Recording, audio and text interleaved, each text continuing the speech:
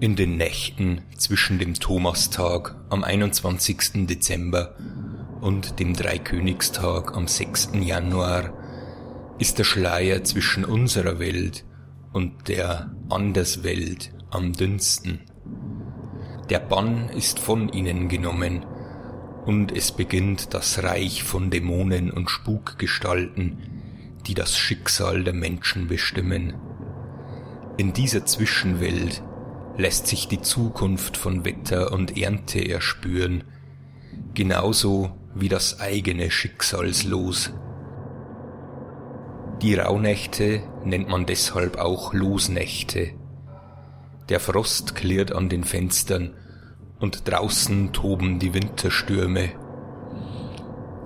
Man rückt jetzt näher in der warmen Stube zusammen, denn das Draußen wird unheimlich.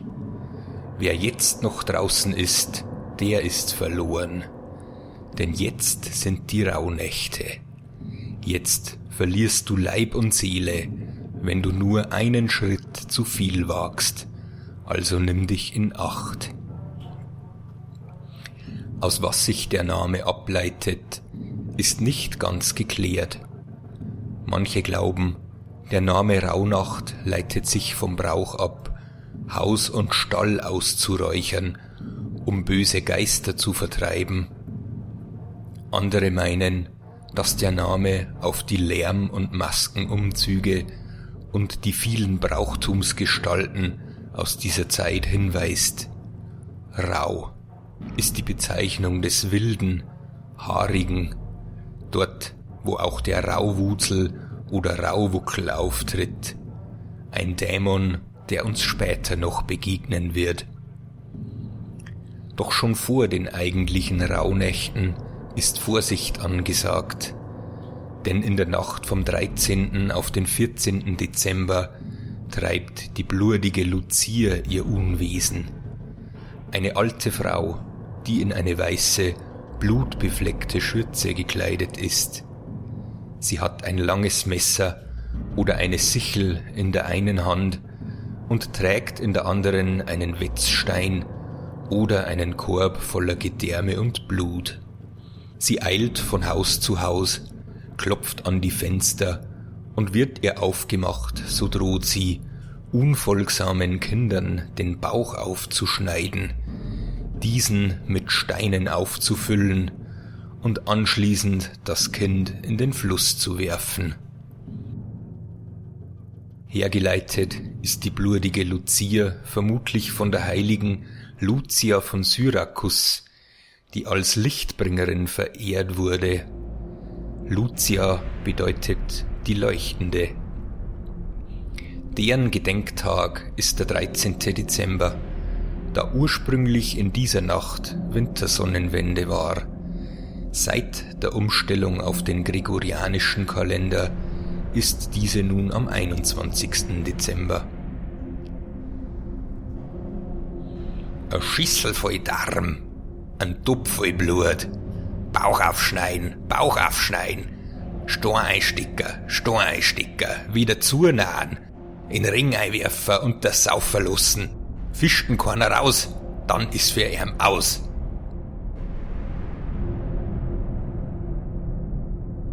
Die Nacht vom 21. auf den 22. Dezember ist die längste Nacht des Jahres und die erste Rauhnacht, die Thomasnacht.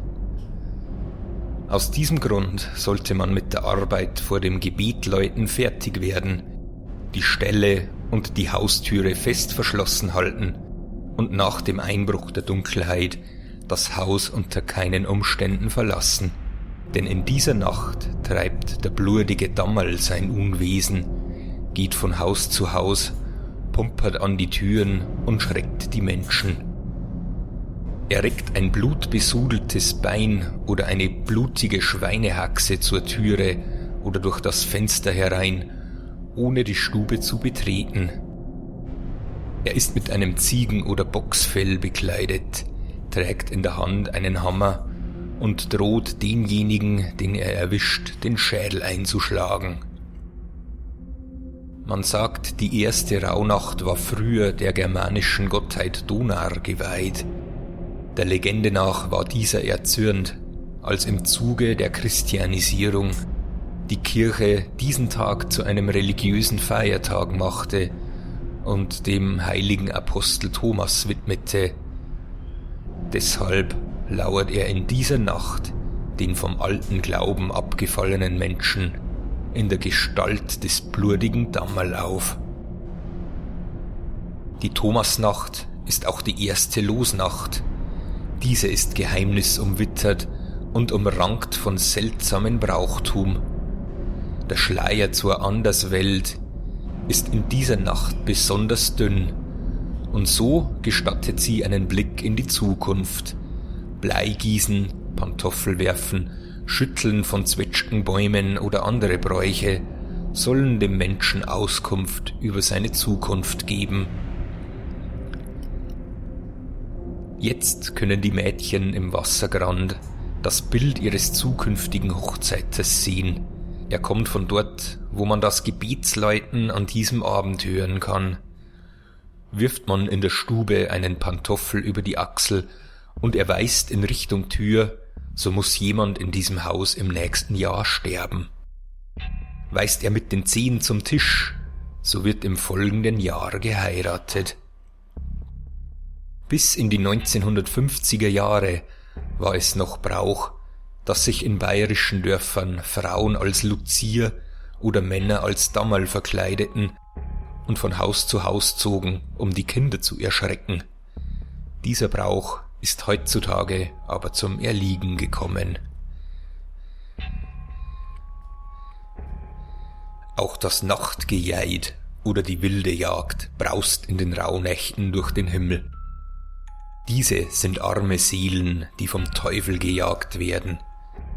Wenn man von der wilden Jagd nicht mitgenommen werden will, muss man sich in den Straßengraben legen oder auf den Boden werfen und Hände und Füße über Kreuz legen.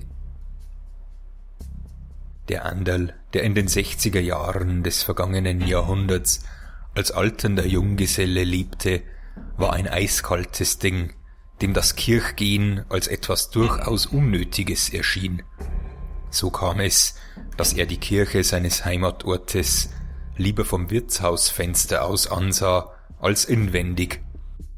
Darum hat ihm auch der Böse in seinem langen Leben manchen Schabernack gespielt, dass selbst dem so Furchtlosen oft die Haare zu Berge standen und er sich dann immer fest vornahm, zum Beichten zu gehen, seine rußige Seele zu säubern.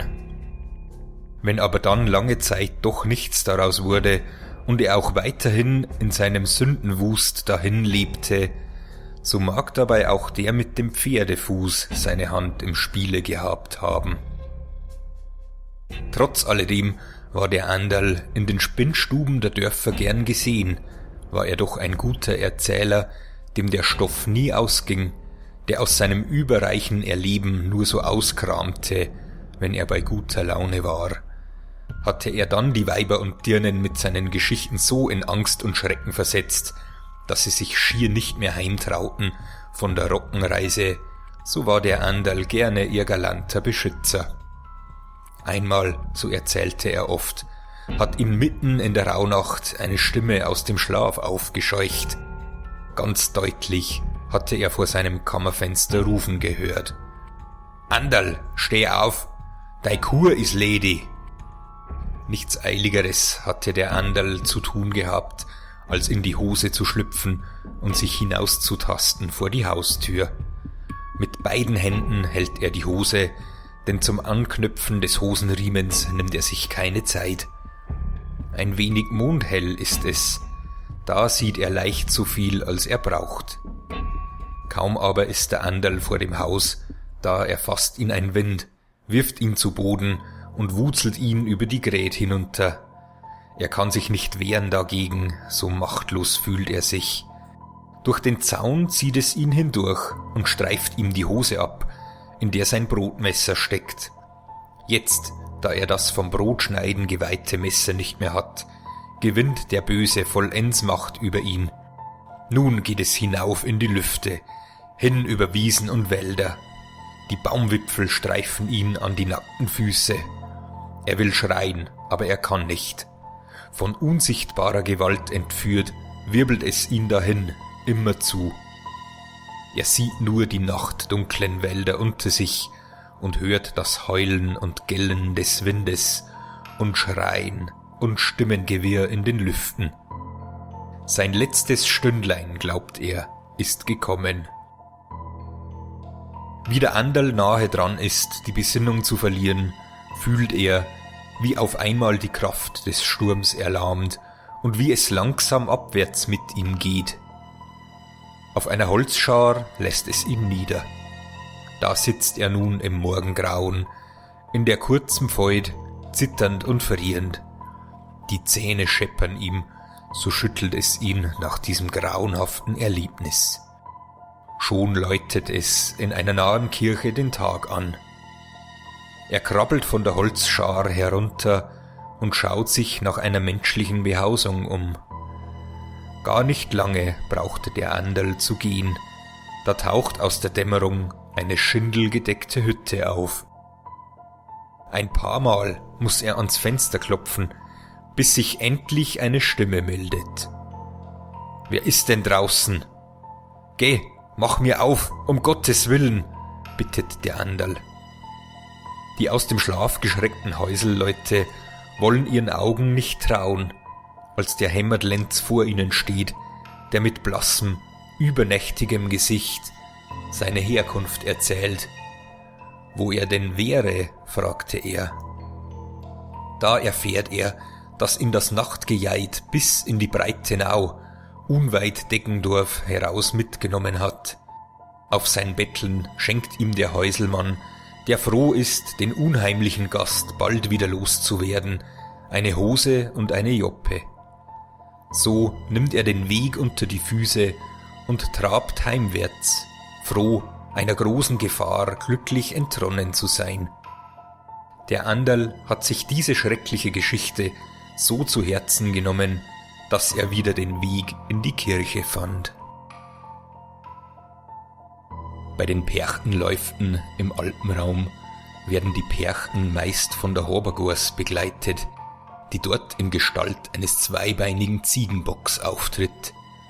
Die Habergors lauert in Baumwipfeln, Brechhäusern, Heustadeln und an Kreuzwegen und geistert nachts sogar durch das Haus.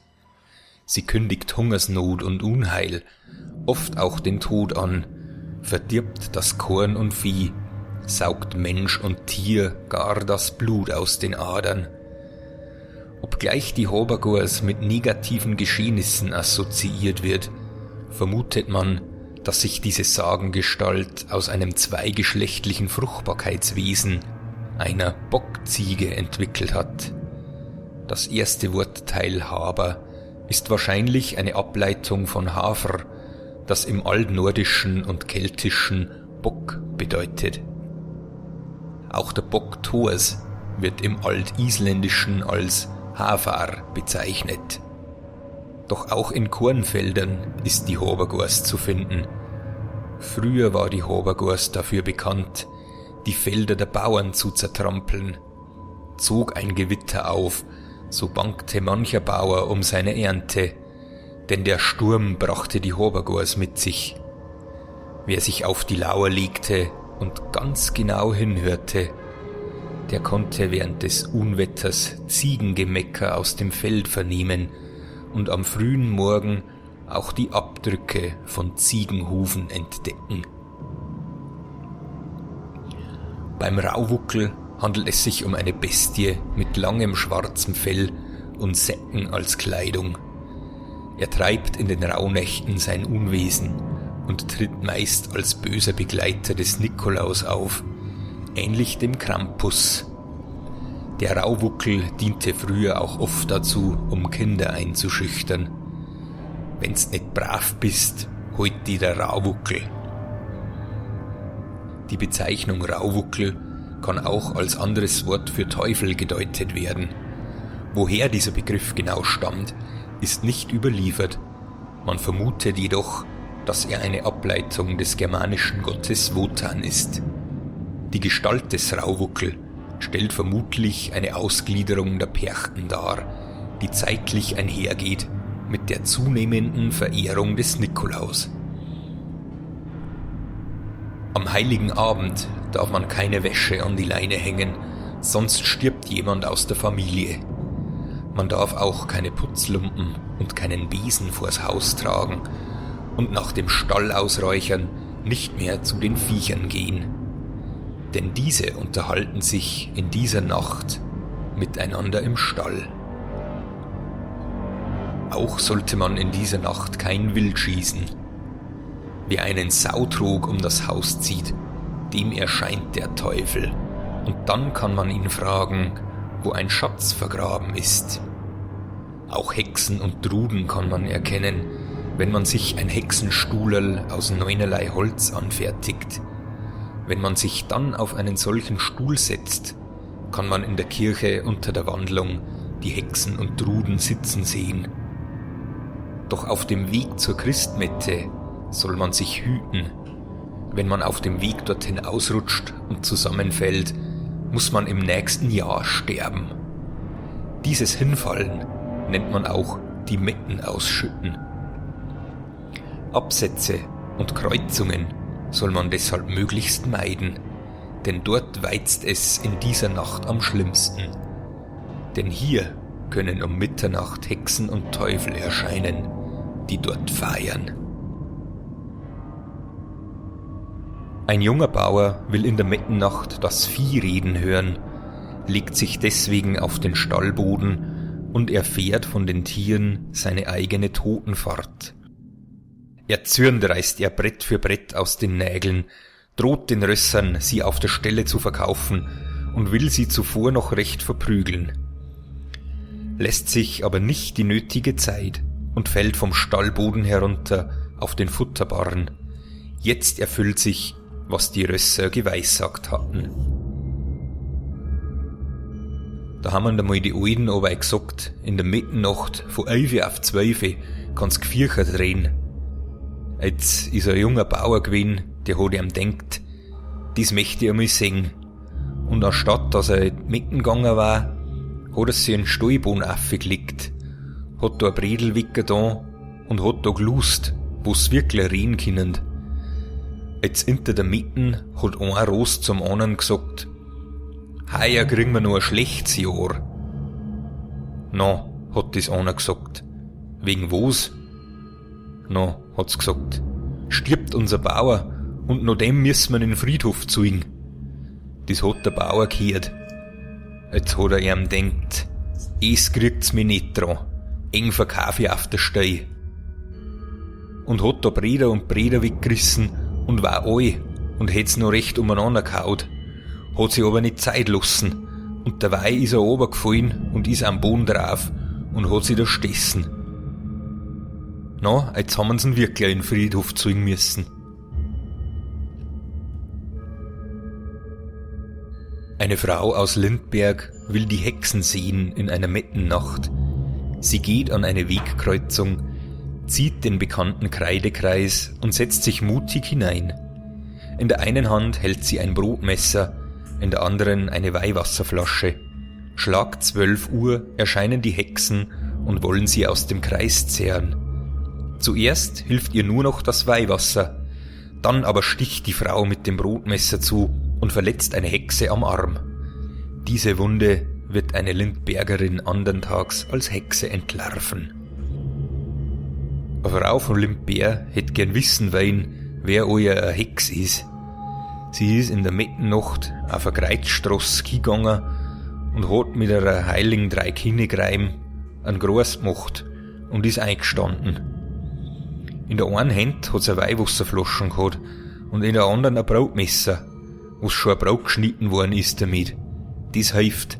Als um 12 haben sie halt gekommen und hätten halt eingemickt in Groß. Aber die Frau hat geschit und so haben sie nicht eingekannt. Nachher ist aber da einmal eine rein. Und noch hat's die Frau mit dem Brotmesser in den Arm gestochen, das bliert hat. Wie es am anderen Tag in einem gewissen Haus vorbeigegangen ist, steht eine heraus vor dem Haus und hat einen eingebundenen Arm. Jetzt hat sie's gewusst.